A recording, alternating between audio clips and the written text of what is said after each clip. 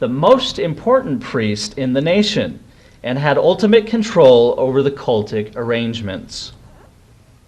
The question for Bible readers arises, then, that if they had the priesthood, what was the nature of this priesthood? How, if they were not descendants of Aaron or Levi, could the kings or prophets have any priesthood at all?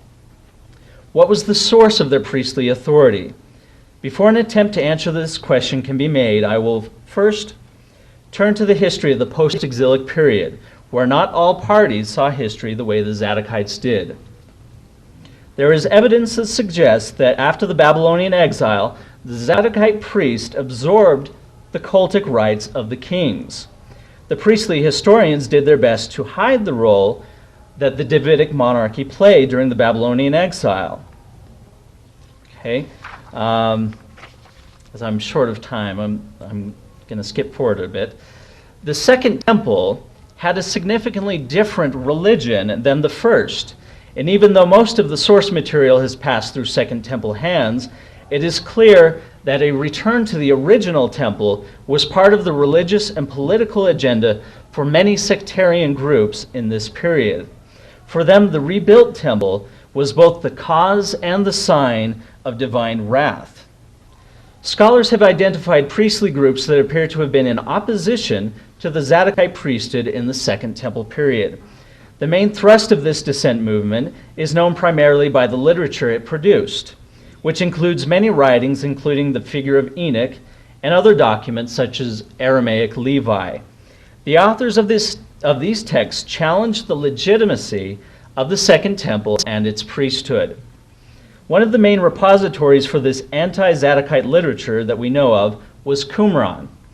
Although there is much scholarly debate regarding exactly who the inhabitants of Qumran were, many scholars believe that they were a priestly group that had seceded from or were excluded by the ruling Jerusalem priesthood.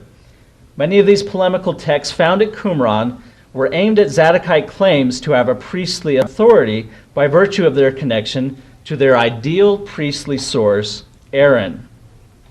But many of these texts trace their priesthood back to figures such as Enoch, and even trace the priesthood back to Adam, who was the first king and priest.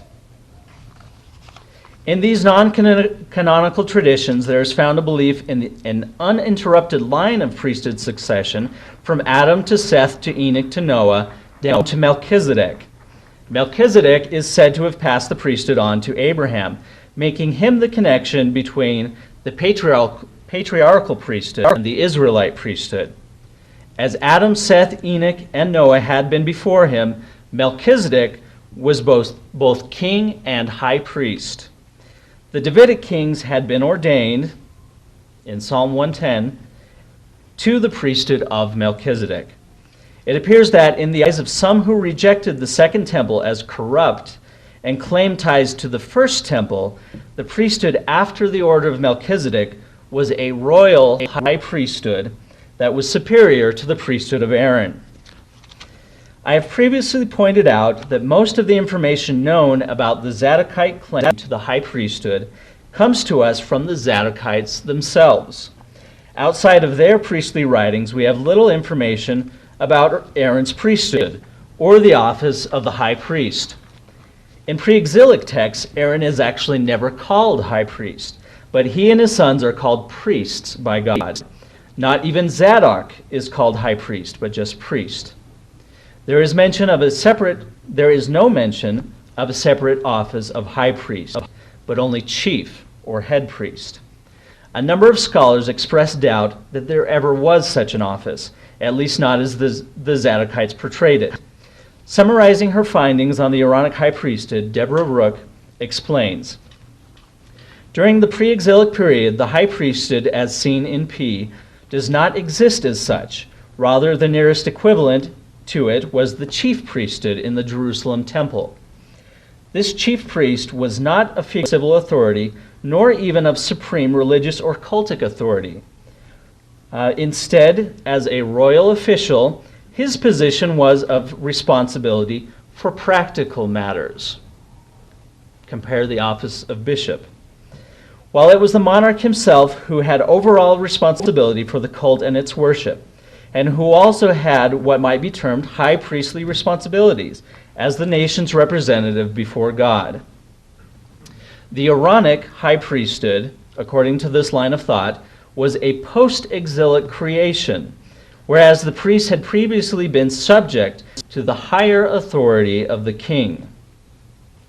If this hypothesis is correct, after the monarchy had been suppressed, the Zadokites absorbed the priestly functions and even imitated the dress of the royal or Melchizedek high priesthood. The chief priest of pre-exilic times was the Kohen Harosh, which means the priest who is the head, or the head of the priesthood, or if taken as a subjective genitive, the head's priest, or that is, the king's priest. This latter interpretation would fit the pre-exilic picture of the king appointing the chief priests. The king had supremacy in religious matters for the state, and his appointed priest represented the king on certain occasions. Were there two high priesthoods then? I conclude that there were only one. There was only one. If our hypothesis is correct, it was not the high priesthood claimed by the Zadokites of the Second Temple. The priesthood of Aaron had been a subordinate priesthood under the authority of the Davidic king. The king possessed a royal high priesthood after the order of Melchizedek. We know that some Jews of the Second Temple period believed that this true high priesthood went back to the distant past, to the time of the patriarchs. This priesthood had been passed down from the patriarchs to the prophets and then also to the kings. The Christians knew this. Jesus was prophet, high priest, and king after the order of Melchizedek, and was seen as superior to the Aaronic priests.